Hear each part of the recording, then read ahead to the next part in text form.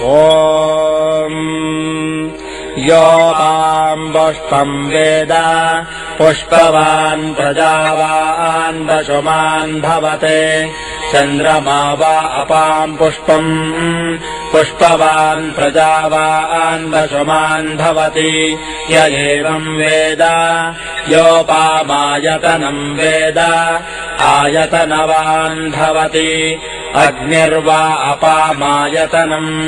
आयतनवान् भवति योऽग्नेरायतनम् वेद आयतनवान् भवति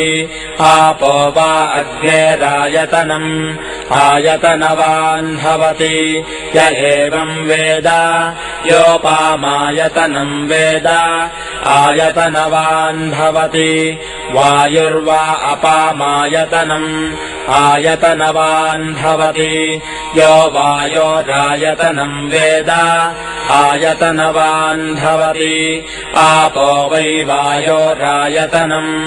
आयतनवान् भवति य एवम् वेद योपामायतनम् वेद आयतनवान् भवति असौ वै तपन्नपामायतनम् आयतनवान् भवति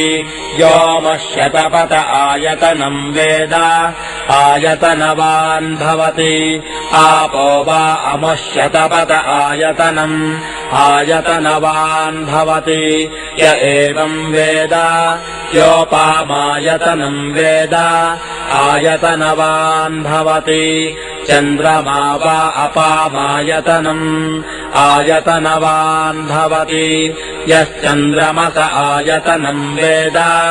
आयतनवान् भवति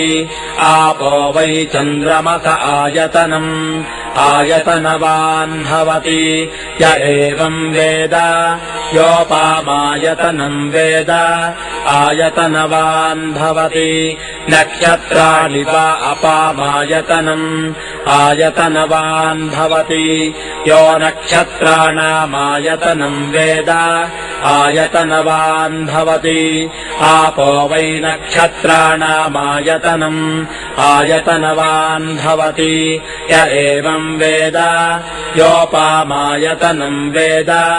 आयतनवान् भवति पर्जन्यो वा अपामायतनम् आयतनवान् भवति यः पर्जन्यस्यायतनम् वेद आयतनवान् भवति आपो वै पर्जन्यस्यायतनम् आयतनवान् भवति य एवम् वेद योपामायतनम् वेद आयतनवान् भवति संवत्सरो वा अपामायतनम्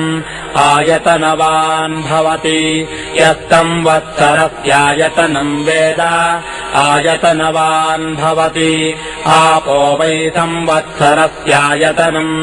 आयतनवान् भवति य एवम् वेद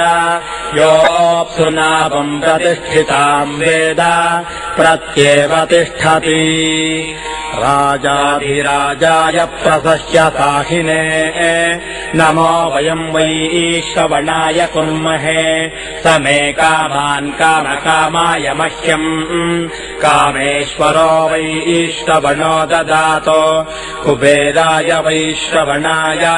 महाराजाय नमः।